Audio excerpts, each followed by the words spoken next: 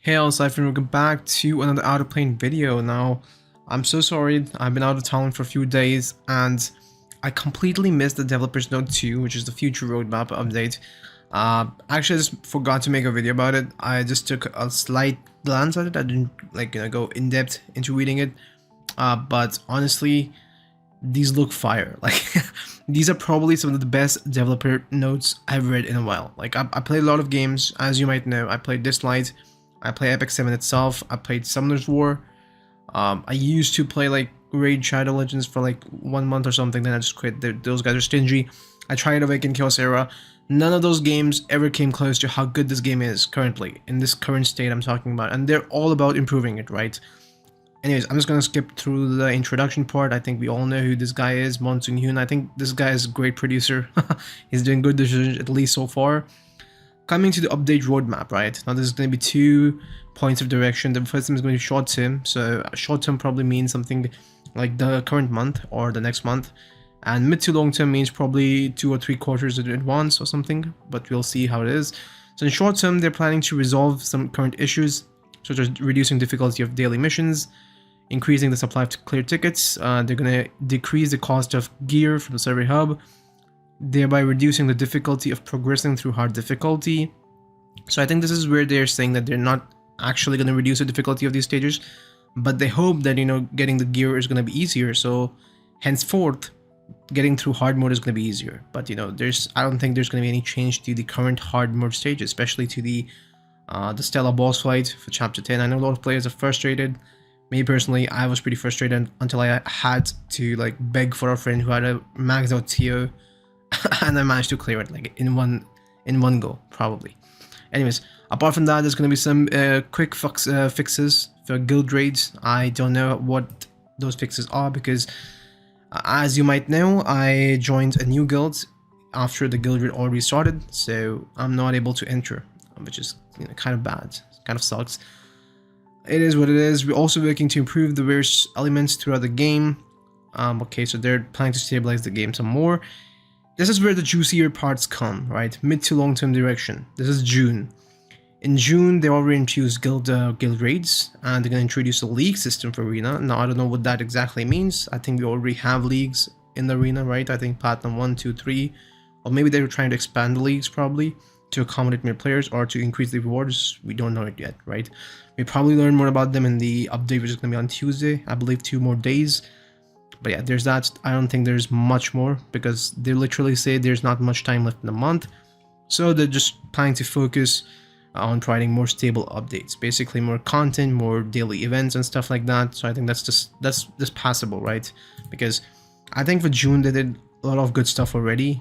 The June we got the Eternal event, we got Eternal herself. We got some skin packs. Honestly, reduce the price of skins. Yeah, nobody's paying $30 for that skin, please. July marks the beginning of summer and the beginning of a summer event. This is where I think this is where the next hype is gonna be, especially related to Outerplane, because summer events are probably one of the more major attractions when it comes to gacha games, because these companies like to tease or attract players with like skins of bikinis and stuff, and probably even like lots of freebies. And Outerplane is already famous for their freebies. At least I hope so. I hope so. But yeah, I think this is going to be great. The summer event is going to be pretty fantastic. I'm really hoping for summer skin of a Valentine. I don't know. I think she already looks kind of summerish, but probably something related to her shooting like a water gun or something. I don't know. I don't know. Please add effects. If you're gonna spend $30 on a skin, add some good effects, man. Come on, $30. It's a lot. I'm not joking here, especially in countries, third world countries or second world countries, you're charging the same price. It's insane. Anyways, coming to you further, our main content update will feature the expansion of difficulty levels.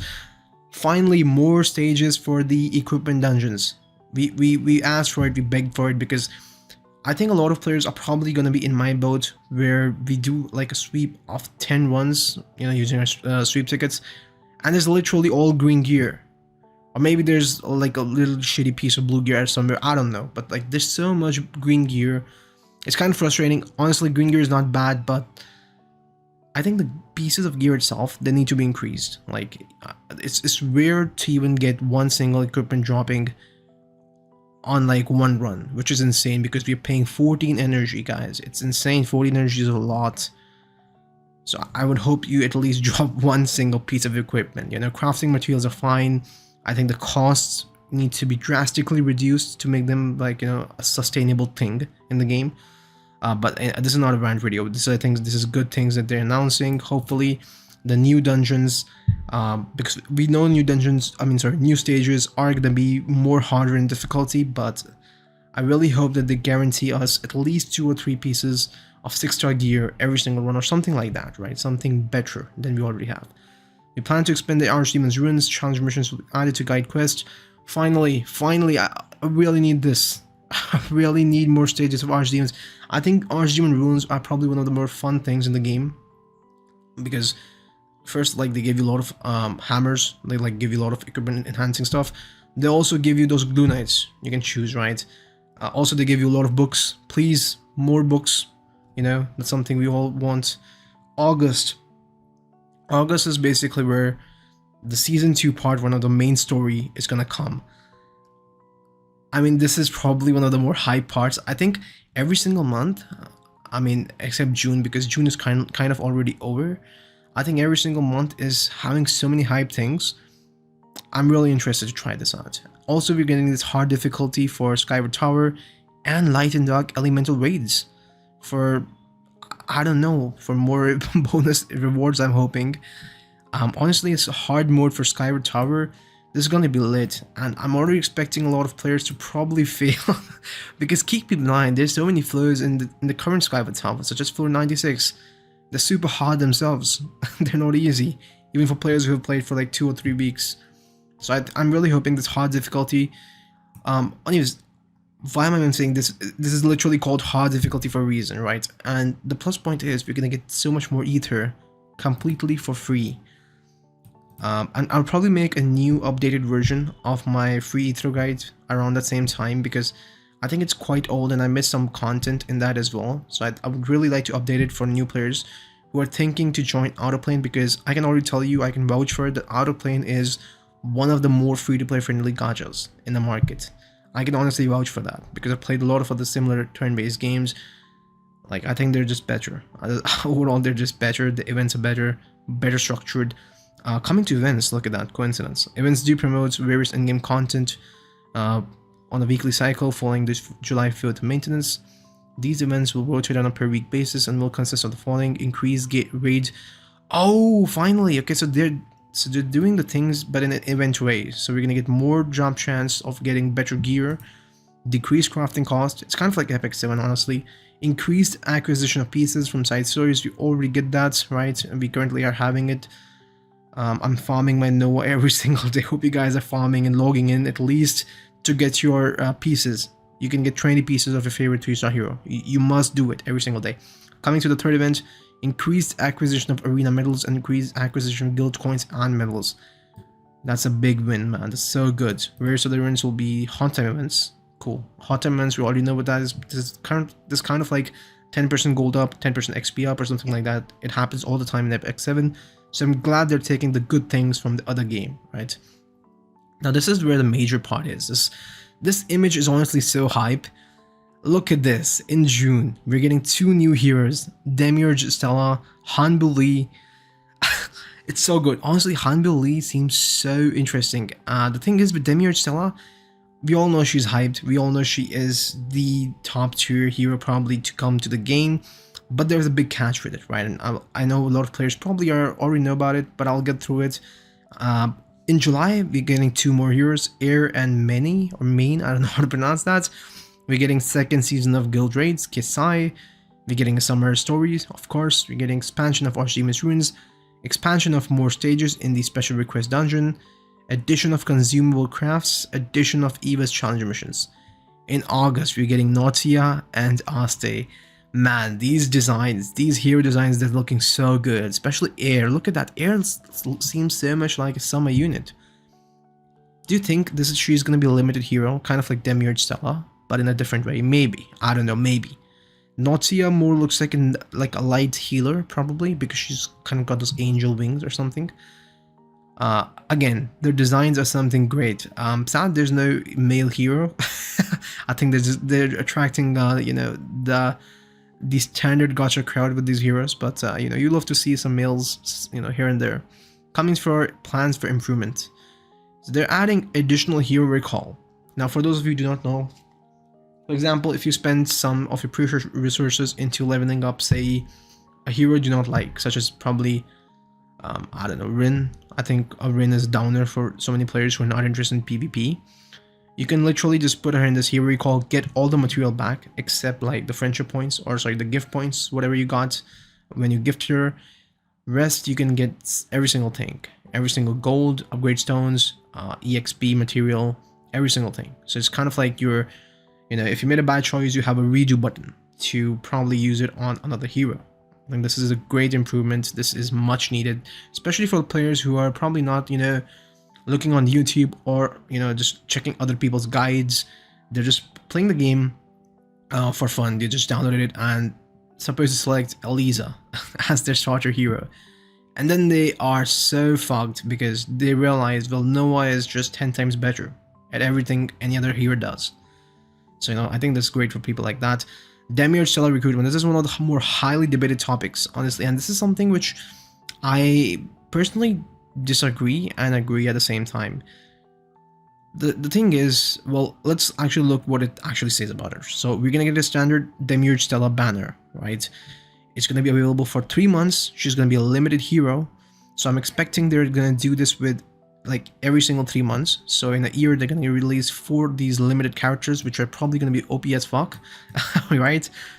But the catch is you cannot use your regular tickets or ether to summon for them.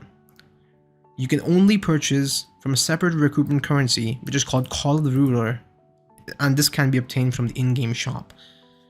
And the thing is, in order to provide a wide variety of opportunities to acquire Call of the Ruler, exclusive missions will be available, and you will get 2 free recruitment opportunities every day for 1 month. So that's gonna be 60 free recruits.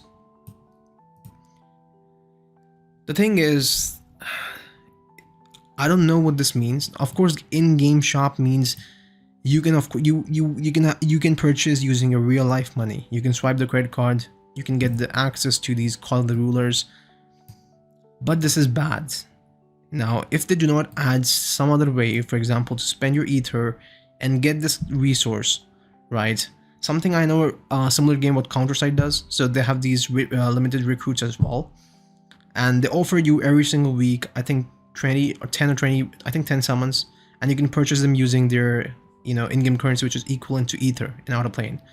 So I'm really hoping that every single week we get an option to purchase these Call of the Rulers or something to make us guaranteed to at least pity Demiurge Stella. If not, she is classified as a pay-to-win hero. That's as simple as that. And even though, I don't know why they're even doing this, even if they, go with the routes that I said that they're going to offer us currency using ether, why are they doing this? Like, why? Like, it makes zero sense. Just make it a limited character. Do not, repeat her for like an year, but let us recruit her using our current tickets and ether, just like any other hero, just like you did with Eternal. Why are you making her to be, pay to win? Like, why are you gatekeeping players? I think that's just bad. That's just bad. I hope I know they're good with feedback, and I know they make so many changes in the favor of players. And I really hope their mind is not, eating grass when they did something like this, because this could literally kill the game if it's done in a bad way. If it's done like in a pay-to-win way, where suppose you gatekeep for like 2 months to be able to get her, while Wales can just literally get her on the first itself. Because this will hamper like PvP expectations, because it literally says that she is supposed to be a light element bruiser striker, and she displays outstanding performance in PvP and boss raids. So she's instantly like god tier in both PvP and one of the best PvE game modes. Like, I think this is bad for the overall health of the game. Please, Smilegate, if you're listening to this, this is not gonna go well with the players. I can already see this, unless, of course, you're gonna do something great, which I really doubt. I really doubt that. Coming to hero balance, we know they're gonna do more balance changes. They already did it with Rin and Alice. So they're just explaining these changes, you know, in short to justify. We all know Alice is pretty good now. Rin is kind of still on the bench, you know, of being dog tier. she's kind of dog water, honestly. I think every single good DPS hero is gonna outperform her outside of PvP. Honestly, in PvP, she's a goddess. I still think Rin is solid. She is S tier for PvP. Her third skill still deals a fuck ton of damage. Second skill also deals a ton of damage. First skill is now just, you know, god tier against fire enemies, and it's still normal for like normal enemies or, you know, similar enemies, similar element. Now they're also gonna change some, make some changes to the talismans. So they're gonna essentially, I'm just gonna explain you short. They're gonna reduce the amount of CP that Noah can get when she procs the Rogue's Charm, which is the crit charm, right? So you crit, you get 7 CP if you have the, you know, best version of the Rogue Charm. And Noah, we all know she goes twice when she crits, so she's essentially generating 14 CP on her turn, which is insane, right? So it's kind of broken. This is not healthy for the game's mechanics, so they're gonna tone it down, right? But they're also saying that Noah's damage increase proportional to maximal health is capped, so they don't think that her damage is anywhere near broken. They think she's perfectly fine. Honestly, it's good. Just don't nerf her. I would rather suggest players, sorry, not the players, the developer teams, to take the Epic 7 route at least for 2 or 3 years until the game is in a position where it can handle nerfs and players are not upset, right? But yeah, just make other heroes better, honestly. Don't let like Noah become the shining light in every single piece of content. Coming to your next buff, plan to introduce these changes side by side with the recall feature to minimize any inconvenience. This is now one thing which I really, you know, I really think that they're now going in a direction where they probably are going to introduce nerfs, just because they're going to add this recall feature. So even if they nerf a hero, suppose they make Noah completely bad or garbage, they can offer this recall feature for players who have Noah to, you know, get back all the resources. And this is what so many games does, and I think still it's a better way to handle nerfs. I think this is probably the best way to handle nerfs. You know, they should not have upset any player, because they're gonna give you all the resources you put into her outside of the friendship points. You know, the gift. Sorry, not the friendship points. Apart from that, I don't know what this is. I did not read through it. Oh, it's the same thing. It's the CP part, which I just said. And well, that's the end of it. So they also announced that they're gonna make some more balance adjustments after July. I don't know why they're doing it after July. I think it should be in the month of July. But again, there's that. Coming to this overall feel of the update, I think every single thing that they mentioned is great. I just have one big problem with the Demiurge Stella thing, the banner. I really hope she is available as a free-to-play hero. I mean, not free-to-play, but she is available to free-to-play players. I really hope she is not gated by pay-to-win currency and pay-to-win mechanics. All right. Well, there's that. Anyways, apart from that, Cypher signing out. Hope you guys enjoyed. Hope you guys are having a great day. And I'll see you guys later. Peace.